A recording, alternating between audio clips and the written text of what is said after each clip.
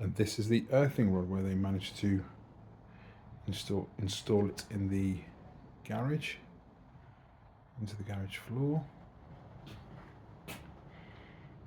Hopefully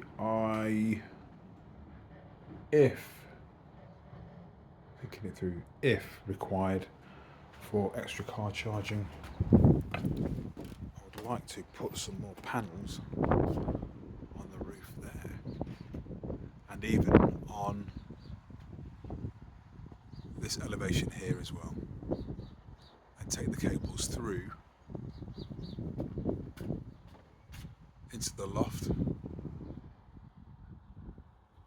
through the same place, and a couple more panels there as well for extra generation if needed, but that's for the future. But guys, let me know in the comments, see what you think.